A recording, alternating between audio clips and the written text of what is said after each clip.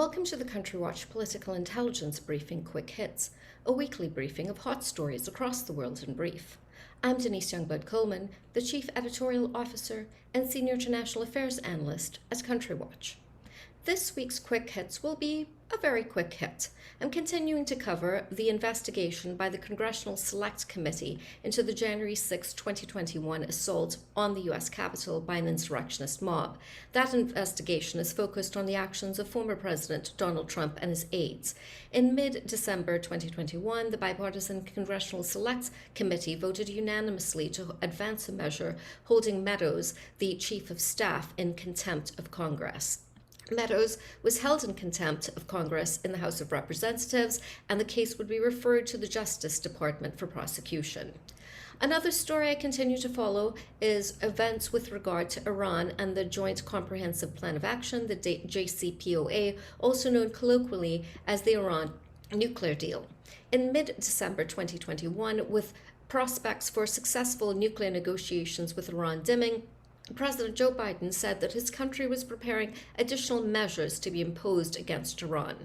White House Press Secretary Jen Psaki explained that there was no choice but to take additional measures. The president asked his team to be prepared in the event that diplomacy failed. Some glimpses of those additional measures came in the form of a United States-Israeli bilateral meeting at the Pentagon. United States Defense Secretary Lloyd Austin convened strategic talks with Israeli Defense Minister Benny Gantz to discuss expanded cooperation regarding the threat posed by Iran.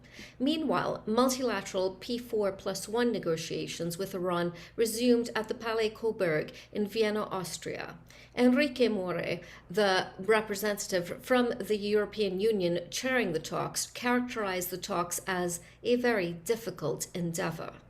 Moving on to Ukraine, with Russia building up its military forces on the border with Ukraine, and given Russia's record of aggression towards Ukraine, anxieties were high.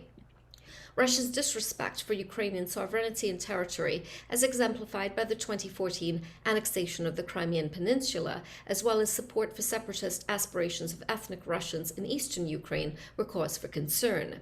The actual nature of Russia's intentions remained unknown. However, the Ukrainian Chief of Defense Intelligence has warned about an early offensive in 2022. Ultimately, we do know that the objective for Russia is to prevent Ukraine from becoming a NATO member. That was Moscow's red line, as it were. But the United States and its NATO allies have emphasized that Russia would not have a veto over Ukraine's desire to be part of NATO. As well, international blocs such as NATO and the G7 were warning of consequences if Russia launched a military assault on Ukraine. Russian media reported that President Vladimir Putin has told President Joe Biden that Russia's troops pose no threat to anyone. However, this assurance was not likely to gain much mileage after Putin claimed that the situation in eastern Ukraine looked like genocide. That type of rhetoric could be used by Putin as grounds to launch an invasion of Ukraine on humanitarian grounds. Interestingly, a day after the Putin-Biden conversation, the Kremlin called for the two sides to talk further to defuse the situation. Instead of lowering the heat level, however, it intensified when on state television on December 15, 2021, Alexei Zuralyov, a Russian politician from the nationalist Rodina party, called for the kidnapping and imprisonment of a United States Congressman, Ruben Gallego, a Democrat. At issue were comments made by Gallego, a former United States Marine, urging the Biden administration to take a stronger hand in deterring Russia from conflict with Ukraine. Gallego said that Biden should impose sanctions on Russia and arm Ukraine with more advanced weaponry that would actually put a toll on the Russian troop movements. In response, Zuralyov said on live television that Gallego should be placed under surveillance, kidnapped from wherever he might travel internationally, and then be transported to Russia and jailed. He said, "We can grab him out of Ukraine and there's nothing we could do. There's nothing they could do with our capabilities." The entire 60 Minutes program on Russian state television was replete with anti-American sentiment, with the hosts even referring to Americans as parasites who don't know history. The audacious call for the abduction and detainment of an elected United States representative would constitute nothing less than an act of terrorism. Gallego was undeterred and responded on Twitter to the news report about the call for his kidnapping using salty language. In response to the report by journalist Julia Davis, Gallego tweeted, "The F-bomb, that F word, around and find out."